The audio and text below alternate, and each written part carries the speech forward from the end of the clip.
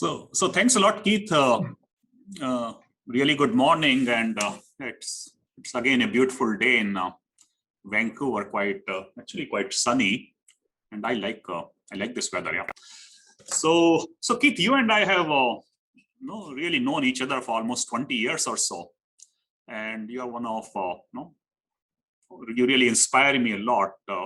And I was thinking actually today morning I made some notes. This Jim Collins book, which is Good to Great, correct? There's something about level 5 leadership. Really, you show, you really are a good example how one is obviously capability, secondly passion, and third is really willingness to help everyone in a very selfless way. And I think in last, I did not realize you started in 89, but definitely last 20 years, I have seen you have really contributed so much to the technology industry in BC. And it's really phenomenal to have you here and learn from you. So why don't we start from you giving us a little bit of background of, because you used to be a science student at UBC and moved from Kamloops when you were 3. And so tell us a little bit more about yourself, and we start from there. Sure. Okay. Thanks, Pankaj. Yeah. So born in Kamloops, as Pankaj mentioned, and my parents moved to Vancouver when I was 3. So I grew up in Vancouver and consider myself a Vancouverite. And I did a biology degree at UBC. And at that time, I was actually interested in going to medicine, not law. And I think, for people who know me well, I think they realize I have a huge empathy streak. And so medicine appealed to me in terms of helping people. And law sometimes gets a poor reputation for not helping people, but helping lawyers. But anyways, I ended up doing a whole bunch of different things at UBC that distracted me from studies, and so never went to medical school. But one of the things I did, which I think was a huge benefit to me, was I traveled. I took a couple of years out during my science undergrad and spent almost a year backpacking around Europe and the Middle East in the 79-80 time period, and then about a year backpacking around Asia in the 82 to 83 time period, and just learned a lot and broadened my horizons and kind of gave me a global view of the world and a global perspective. When I got back after my travels, I ended up going to law school because I truthfully didn't know what else I was going to do. And like probably half of my classmates at law school, it was literally that. They got to the end of their undergrad, didn't know what they were going to do, and applied to law school. And I think that's still a pretty common theme. And when I got out of law school, I applied and got articles at a firm in Vancouver. And that's kind of where my journey into the technology industry started, was with this firm in Vancouver that had a technology client as a technology company as a client. And that was a very, very impactful event for me, was actually going to work for this client. And for those of you who know the technology industry in Vancouver, this goes back to the 80s. And the company was called MDI Mobile Data International. And MDI was a spinoff from a company called MDA, which was McDonald Detweiler and Associates. And I know when I first got to MDI, I was always confused between the two, MDA and MDI. And I didn't know the history of MDA at that point in time, but MDA was a company that was started in Vancouver in the late 60s, actually, I think 69. It was started by John McDonald and Vern Detweiler, who were both UBC profs. And they started this satellite imaging company, which still exists in BC today. And MDA was an incredible incubator of people and ideas and technologies. And MDI was actually a spinoff from MDA. So that's interesting. That was like late 80s, correct? 89 or so, yeah? So, yeah. So if you have to cover, say, starting from, say, 89, 90 and all the way till, say, 2020, if you have to define or capture the technology landscape, how do you see it developing and going sideways, and then again developing, and capital, right, access to labor, whatever, it's all yours. You take it from here the way you want to calculate it.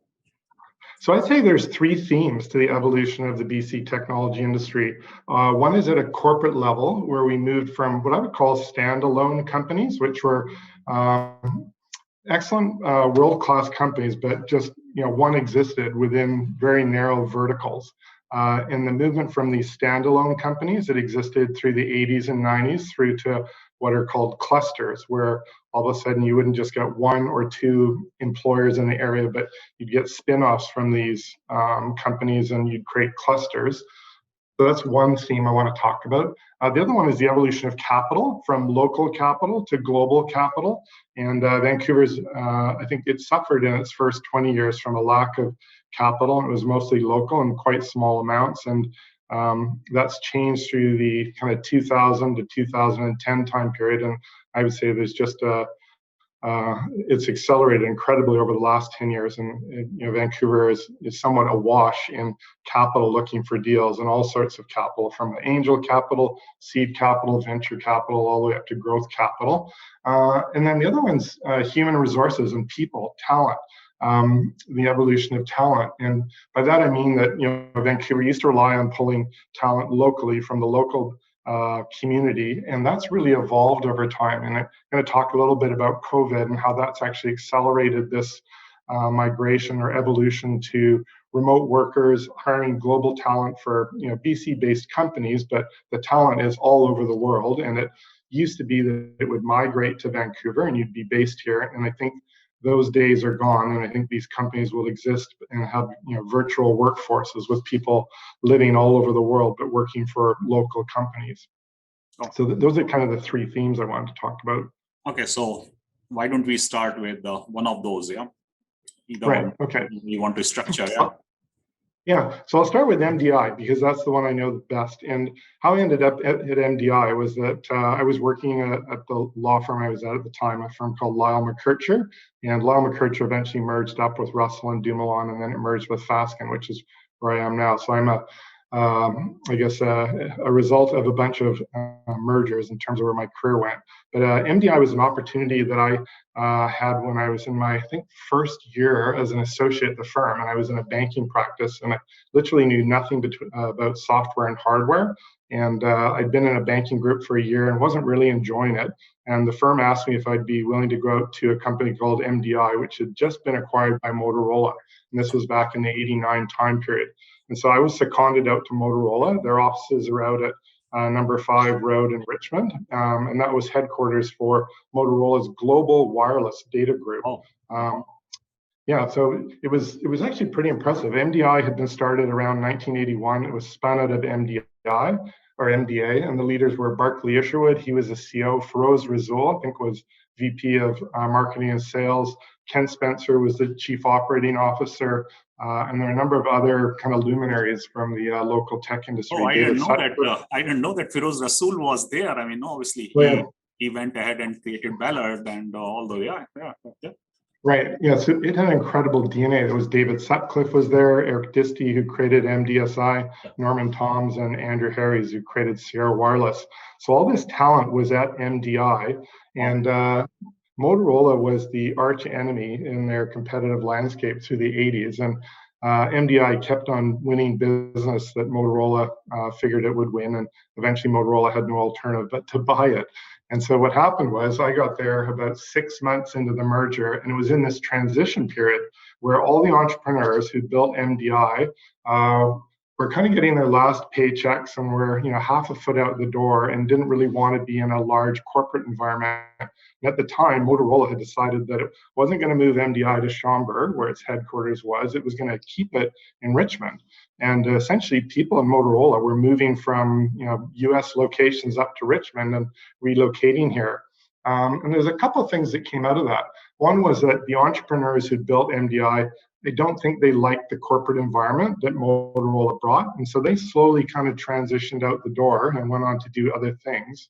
But at the same time, for the people who stuck around, at least for the first few years, you had all these skill sets and processes and systems that large global corporations had, in which these scrappy entrepreneurial companies don't have. And there was this whole education process where people essentially locally had their skills upgraded. And to me, that was a hidden benefit from that, was that local people in Vancouver, which really isn't a head office environment, got the benefit of Motorola's global world-class skill sets, and that got passed on to them. Inevitably, all the entrepreneurs did leave MDI and went on to start other things. I mentioned Sierra Wireless, MDSI, and also WebTech Wireless, DDI Digital Dispatch. There's quite a number of wireless companies that got spun out of it. So the other thing about that was that, Motorola and MDI was really ground zero for the whole wireless industry in BC. That just spun off so many great companies, created a lot of wealth, and it started to attract, global attention to Vancouver as a center, worldwide center for the wireless world. Oh, that's pretty interesting and positive take on how otherwise, we as entrepreneurs sometimes feel that large companies, not just bureaucracy, but really, I really believe in that. Like when I work for that French company, you can learn so much from the large companies if you just remain positive and focus on the good things. These companies are large because they are doing a lot of things right. So if you focus on that and learn, that's phenomenal. Yeah. Right. Yeah, and that's part of this evolution from, one of the themes from standalone companies like MDI to clusters. And all of a sudden, as the people migrated out of MDI, you created clusters of wireless companies. And you can see the same thing happened with Electronic Arts and how Electronic Arts ended up here. It was actually Don Matrick and Paul Lee who started a gaming company called Distinctive Software in the late 80s and sold it to Electronic Arts in 1991. Yeah. So Electronic Arts was this anchor tenant in the local community all through the early and mid 90s. And Don and Paul were quite cagey about convincing EA to actually establish their worldwide studio headquarters in Burnaby. Yeah. So all of a sudden you had massive resources being deployed in Vancouver in terms of, corporate money from EA, building up a large office here full of developers. And that then led to people, starting their careers at EA, getting world-class skills, and then eventually leaving to start other gaming companies. And EA was in many ways, or Distinctive Software, and was in many ways, again, this sort of incubator and ground zero for the gaming industry in BC. Oh, okay. So, no, that's pretty good. So why don't we move to the second theme? Which one would you like to pick first? The capital? I'd say capital evolution. So through the 80s and 90s, the ability to access venture capital was very, very limited in BC. There was Ventures West, which was the original Western Canadian venture capital company, and that was started by Haig Ferris and Mike Brown, who many people in this call and in this province are very familiar with. They're legendary and legends in our community. And Ventures West, I think it started in 1969. And truthfully, their first investment was in a company that doesn't exist anymore.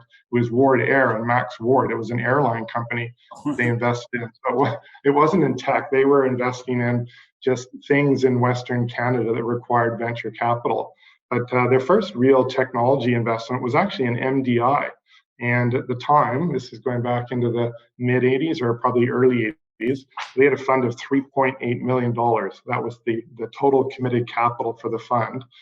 So a pretty tiny fund. And they invested half of it in MDI. And so 1.8, 1.9 went into MDI. And MDI struggled for its first 4 or 5 years to make any headway against Motorola. And there's a story about MDI essentially running out of money, very close to actually finalizing an agreement with FedEx as a lead customer.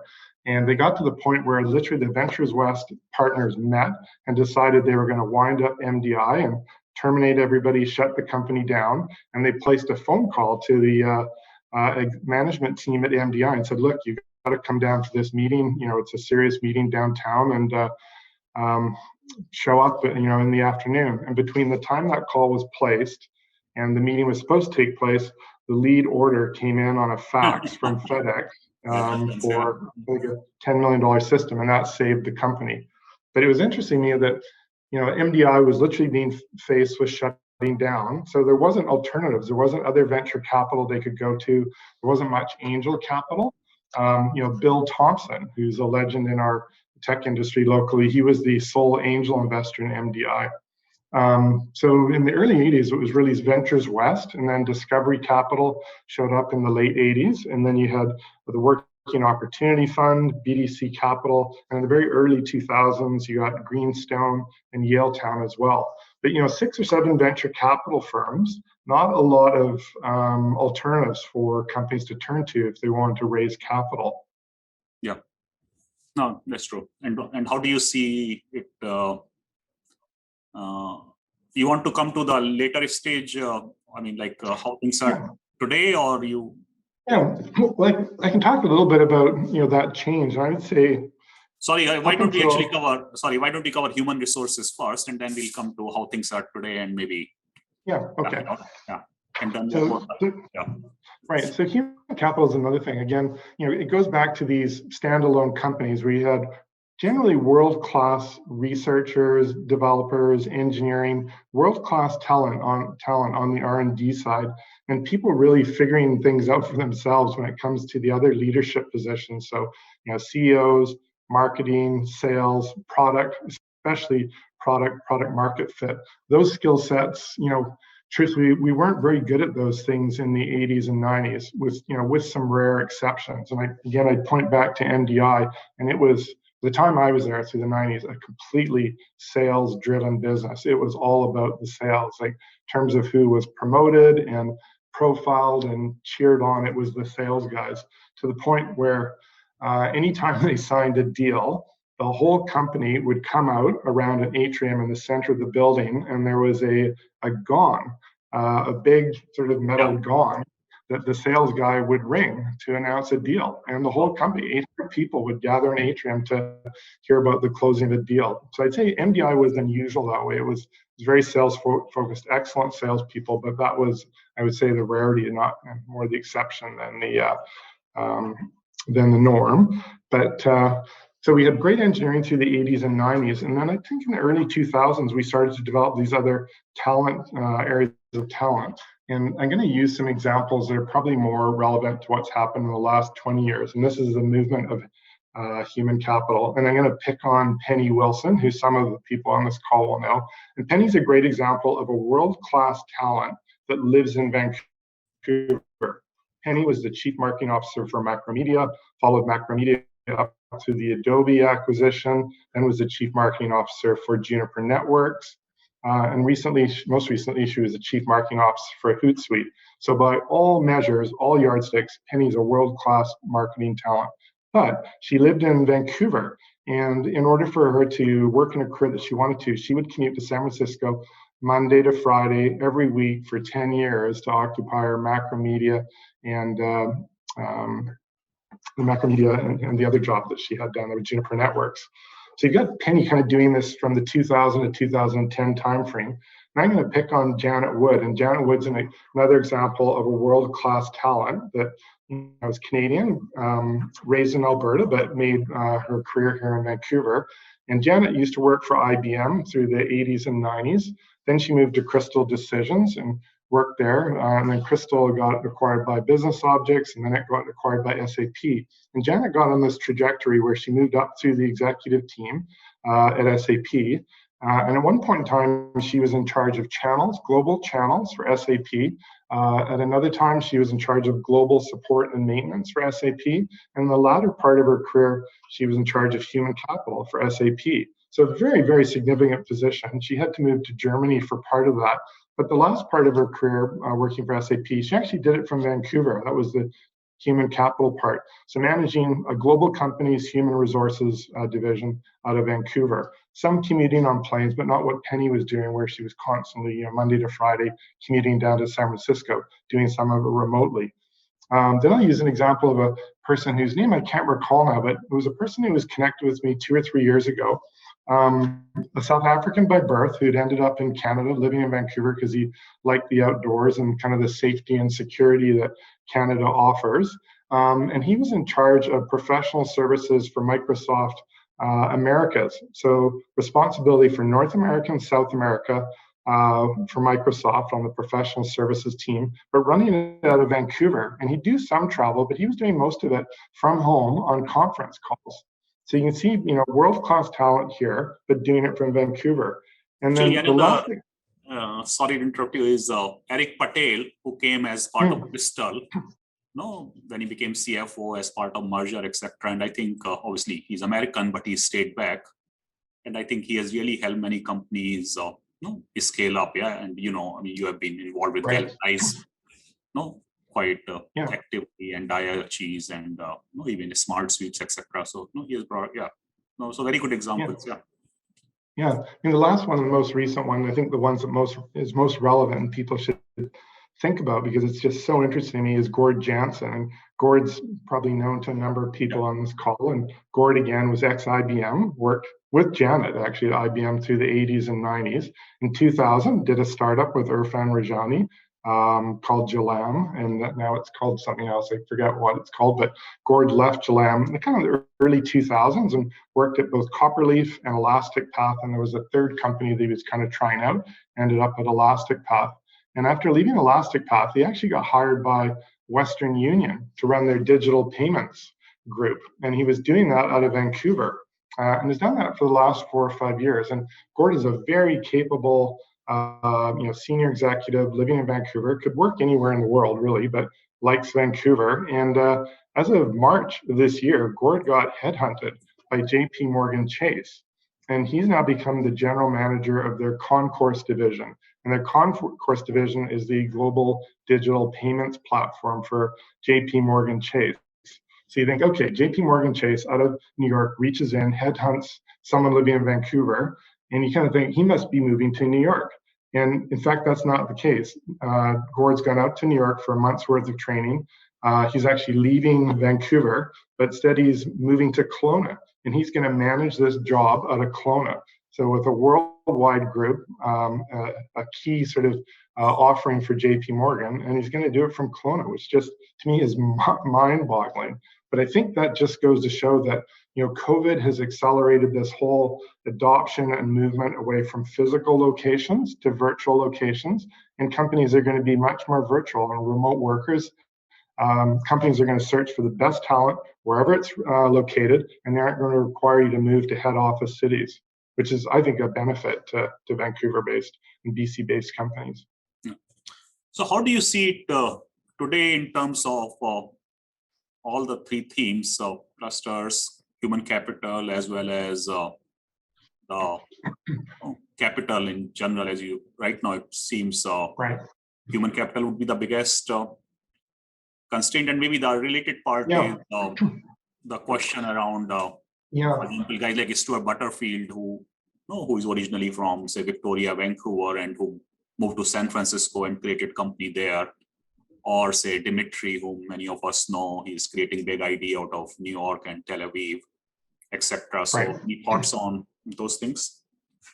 Yeah. So Pankaj, I talked about this a little bit earlier, and I'd say used to be the disappointment was that you had locally, homegrown entrepreneurs like Stuart Butterfield, who originally created Flickr, sold it to Yahoo, and then went on to create Slack, a BC, technology entrepreneur.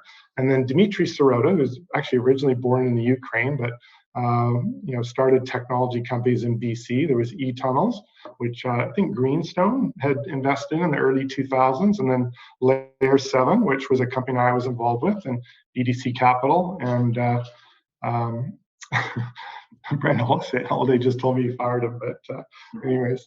And then Layer 7, which was a working opportunity fund, BDC Capital, and a Valley-based fund. And now Dimitri's gone to New York and started a company there. And Dimitri's just closed a $100 million Series D round at a $1.25 billion valuation, which is an amazing thing. But I look at Stuart and I look at Dimitri and other entrepreneurs who've kind of left our market and gone on to create much, much bigger enterprises in other cities than what they've done here. And I kind of go, why has that happened? Like, why has Dimitri been successful or more successful by going to New York? Same with Stuart Butterfield. Another example is Don Listwin. And Don is a Saskatchewan-born boy who moved to Vancouver working for a Saskatchewan technology company called Develcon. And he was in sales, living in Vancouver through the early 80s, mid 80s. And then moved to the Valley in the very, very early 90s with a tiny little company that he joined called Cisco Systems. And then John had this legendary rise through the Cisco Systems management team. Eventually was the second in command to John Chambers, who was the CEO. And Don had this career trajectory, which was completely different than what it would have been if he'd stayed in Vancouver. And I think, if I was asked a question, why do you have to move away from Vancouver to really knock it out of the park? I probably years ago would have said it was access to capital. And I don't think that problem exists today. I just see a tidal wave of capital coming into Vancouver. I think the challenge for an entrepreneur is figuring out the right capital. And it's not just a check, but it's a check with expertise, connections, and deep experience in narrow subject matter areas. And then the other challenge was talent. Like, how do you attract talent so you can build a company?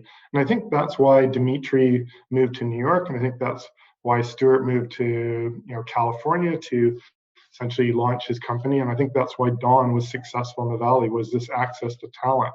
So talent needs to be the barrier. And in the late 90s, which most people on the call probably weren't around then, but in the late 90s, there was this wave of Canadians leaving Canada because we had a high tax rate, moving to the US because that's where the jobs were and the upsides were. And I think that largely corrected itself after our tax code was changed and tax rates were reduced or made more on par with the US. But we've always kind of struggled for talent because people wanted to move to locations where there were these large clusters and ecosystems. And if you wanted to leave, a job at one company, there was 10 other companies to go talk to. So it was talent. We couldn't attract talent to Vancouver, and the really, really good talent, unfortunately, would leave, Canada and Vancouver and move to the States where you just have more opportunities. I think with virtual companies, remote working, and this whole COVID epidemic we've gone through, and these large enterprises aren't going to require people to work in the head office locations where they're situated. And I think that's going to show up over the next 10 years. I think talent is going to be global. You'll have companies that I call anywhere and everywhere, where maybe they're BC based and there's just a few executives here, but the team is distributed globally. And look at Zafin Global, which is a banking software company. The CEO and a few members of the management team are based here in Vancouver. There's 100 plus people in Toronto, some people in Ottawa, and then probably 100, 120 people in India, a development team. So there's a company that's very, very globally distributed, and they haven't felt the effects of COVID at all in terms of maintaining the culture, maintaining its velocity, and improving as a business. So I think to me that's the theme for the next 10 years for people, entrepreneurs starting businesses in BC, is that talent. We're not going to be challenged to attract talent to companies. And I think on capital side also, there were some technical rules which changed, correct? Where investing in Canada became easier for US venture funds or something. Maybe you can. Yeah, that's a great point. So in 2009, I think it was whoever was in charge, it was either the Conservatives or the Liberals, they amended the budget and our rules so that Americans investing in Canadian technology companies didn't have to withhold part of their sale proceeds and wait for a clearance certificate from the CRA. And the way that worked was that the CRA used to say that, look, if you're a foreign investor investing in a Canadian technology company, if you're not paying tax in the jurisdiction where you're located, then you're going to pay tax in Canada. And there was this withholding that would happen where I think it was 15% of your sale proceeds would get locked up in a trust account or with the CRA until you'd filed what was called a clearance certificate, which was a complicated certificate you'd have to apply for with the CRA and wait for a period of time, and then you could release the balance of sale proceeds. And that was a very negative attribute for foreign investors when it came to investing in Canada. They want their money the day after the sale is closed and the money is in the lawyer's trust account, and there was this impediment to that. So that got removed in 2009, and I would say since then it's been a very easy explanation to foreign investors, and particularly US investors, where it's a simple message. You say there is no tax difference between Canada and the US if you're investing in Canadian companies. You aren't taxed in Canada, you're just taxed in the US on your gains. So the border essentially dropped for Americans investing in Canada, and it's seamless now. So that accelerated the entry of US venture capital and growth capital into Canada, and we've benefited from that. So how do you see the next 10 years? What do you see the biggest opportunities and challenges? And also another thing which was crossing my mind recently, as you know, It's unfortunate, like Ken Spencer passed away last Mhm. week. I was reflecting on it that the one generation, which did a lot for the local technology industry, correct? Mhm. Do you see the next generation coming and really leading and growing, or any thoughts on that? Yeah. Are we in the good hands and some of those sort of things? Yeah. I mean, it's an interesting question. I would say some of the opportunities, that we now have because of, the way the world has changed, and which I've talked about, are kind of double-edged swords. And I'd say, access to capital, there's tons of foreign capital coming in. Then what does that mean for our local investors and the local creation of wealth and the establishment of venture capital expertise in our local market? And that's going to be challenging because they're now living in a much more challenging world.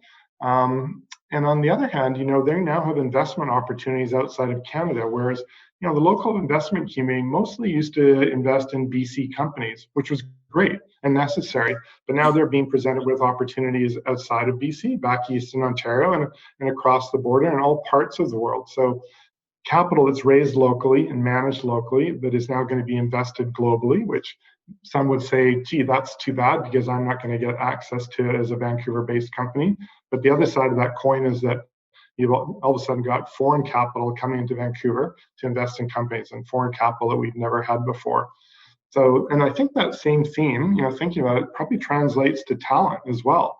Like, we are going to be able to access global talent from Vancouver, but similarly, the world is going to be able to access the global talent that exists in Vancouver and poach it. And Gord Janssen is a great example where JP Morgan is now going to be using Gord to build their business for a large American multinational bank.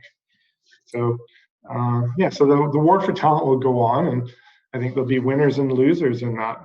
For entrepreneurs. Yeah. And you and I both, I think our last overseas travel was when we traveled together to India. Right. And I think, so one is any impressions, but also I think you saw the hustle and hunger to succeed there, and how people are so global in terms of their thinking, etc. So these new places like India, etc. They are the new competitors for technology industry. Right. Yeah, no, Pankaj and I squeezed in a trip just before COVID hit and went to India in February of 2020. And I had not been back to India since I was there in '83. And to me, there was just a stark contrast between India of 1983 and India of 2020. But there were some parallels as well between my trip in '83. When I went to Asia in '83, I went to Korea, Japan, China, Singapore, and Taiwan, and I was blown away by the intensity with which people were trying to improve infrastructure, create businesses, compete on a global basis. And there were these, I think it was 7 Asian tigers at the time, is what they were referred to. And to me, being a kid from North America who traveled in Europe, and I kind of knew the new world and what I'll call the old world, but I did not know Asia at all. And when I got there, my impressions that I left with were, North America and Europe have no idea what's coming at them in terms of a level of competition and innovation and the ability, the velocity with which people were growing companies and businesses. And I traveled to India at that point in time as well. And India was still stuck in kind of the post-British, mandate, where it was still fairly slow. It was a very rural, agricultural, early industrial economy. And now going back there, almost 40 years later, just seeing the change, it reminded me of what I saw in Asia in '83. This intense, industrious, hardworking, economy, and the level with which people have embraced entrepreneurship and are starting businesses and wanting to compete on a global scale. It was the same impression that I had when I traveled around Northeast Asia in the early '80s. I don't think North America or Europe really know what's about to hit them as India hits its stride.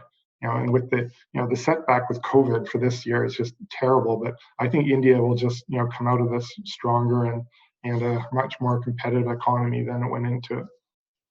Yeah. So one question which is little bit out of the, not the context, but I think there's an opportunity for us to learn from you here. So actually every time I try to do calculation in mind 89 to 2021, it is, I'll remember 32 years. Okay. So, I mean, from a learning perspective, what is really worked for you, or if there's a professional who is their early 30s or 40s who really want to contribute and be successful at the same time, contribute to the industry and economy and nation. Any thoughts? Right. So, yeah. Boy, I hope I'm not making you feel old, but yeah. Oh, no. There was obviously three things that I think left lasting impressions on me, and what is been a 30+ year career working in the tech industry. And one was the original MDI experience, a year working, next to all these incredible entrepreneurs. And I, worked in a very academic kind of ivory tower type environment, so university and at a law firm, and all of a sudden working with business people. And very entrepreneurial, high risk takers. I would say I learned a lot about taking risks by being at MDI, and that was the significant sort of takeaway from that. The second one was meeting a person who's, again, legendary in our local community, a guy Morgan Sturdy. And after I left MDI, I came back to the firm, and the firm acted for Morgan's company called Dees Communications in the early 90s. And Dees got transferred to me as a client. So I was responsible for managing this client and all its needs and interacting with Morgan Sturdy. And so I got to know Morgan as a friend. And Morgan kind of shepherded me through the tech industry through the 90s, opened all sorts of doors for me and encouraged me to get involved in industry associations and kind of give back and be involved with things like the Vancouver Enterprise Forum, the BC Tech Industry Association, essentially give back and support companies. And then the third person who left a big impression of me was Haig Ferris. And I got to know Haig when I went in-house for a year at a company called D-Wave Systems, which is a quantum computing company based in Vancouver that was started as a UBC spinoff in the 2000 timeframe. And got to work with Haig and Mike Brown, and then Jordy Rose, who was the entrepreneur, and Alex Zagoskin. And those three people left a lasting impression on me. And maybe to just further answer your question, maybe just one other thing. One of the things I've always believed in is that in order to work extremely hard through a career, you can't just be doing it for the career success or the money. You have to be on a bit of a mission. And my mission has always been to help build the BC technology industry and community. And I could do that by working at a large law firm that could afford to take on all sorts of risky clients and help support them with the very foundational things that you need to build a tech business. And being on a mission helps you sustain you through these, long periods in a career where you have all sorts of ups and downs, crushing hours, and really you're working your butt off and working with lots of early stage companies that maybe don't make economic sense, but help build a technology industry and a foundation. So, being on this mission and giving back have always been very, very important to me, Pankaj. So, this question I kept for the last is basically around, so you have seen hundreds of companies, either as an investor, advisor, lawyer, board member. Right. Is there a theme around, the way I see it is there are obviously many startups which fail, which is okay because that's the way it works. But then many get stuck at, say, sub $5 million revenue. Then there are many companies in town or BC which are like stuck somewhat at between 10 to say $30 million, and then some which really break out and do much bigger things.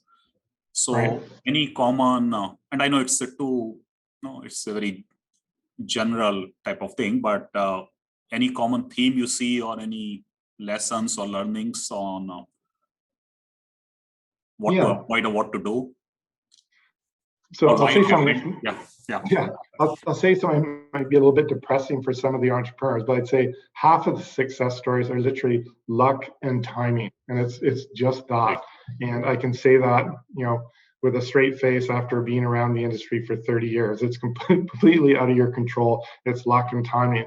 The other half, I'd say, is skill sets in companies. And I would say that companies that stall out in these sub 5 million or sub $10 million of revenue and that just can't get beyond that, I think that's a result of a lack of skill sets for VC-based companies, and particularly in the product area. And I think we haven't done a good job of educating or growing people with strong product skill sets and getting product market fit right. That is such a key part to building a successful company, is product market fit. And I've often thought that VC to be successful needs to fund a school that teaches product and design and gets product market fit.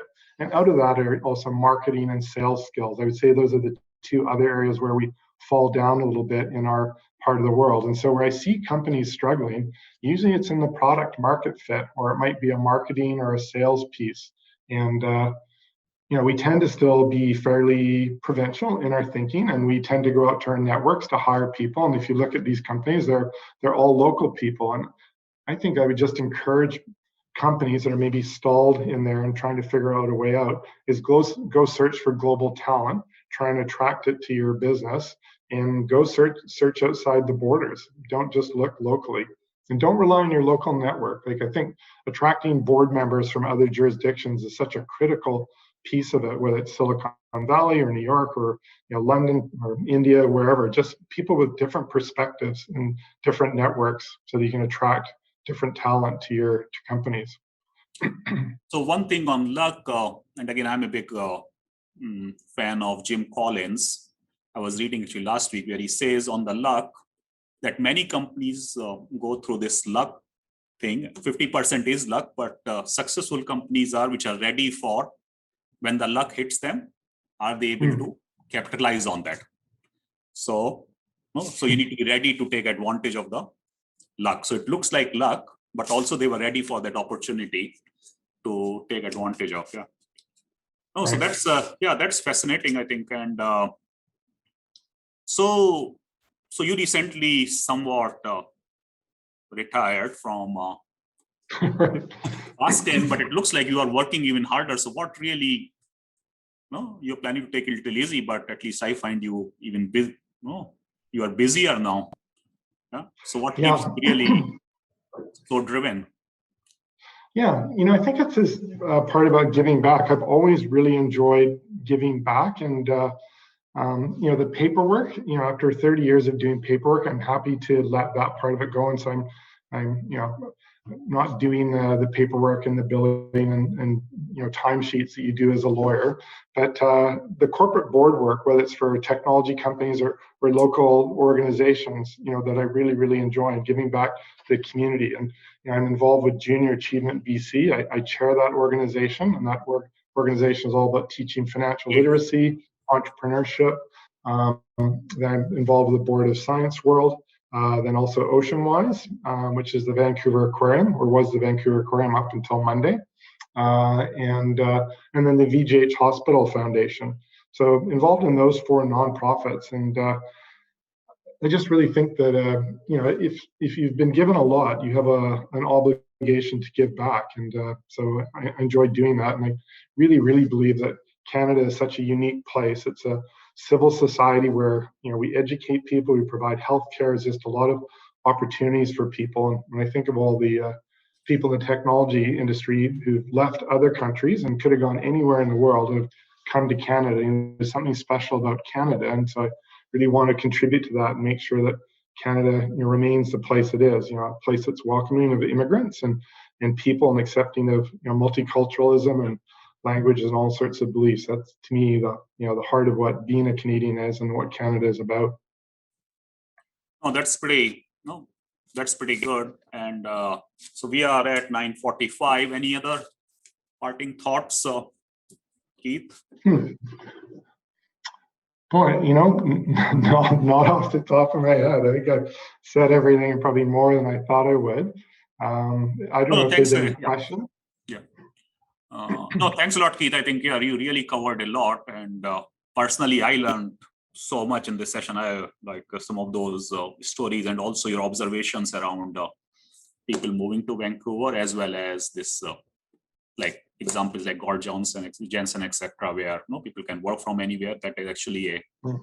In fact, I see it also another way that hopefully he will sharpen his skills with working with JP Morgan, etc., and then hopefully contribute it back to the local company. So it's a good win-win for everyone. Yeah. So, yeah. Gord is just a revelation for me. That it's a big global bank that's got a headquarters with all these people, and Gord's going to do this from Kelowna. That is just mind blowing for me. So thanks a lot, everyone, for your time, and we will have the video recording of this published very soon. And thanks a lot, Keith. Have a nice day. Really, really very helpful.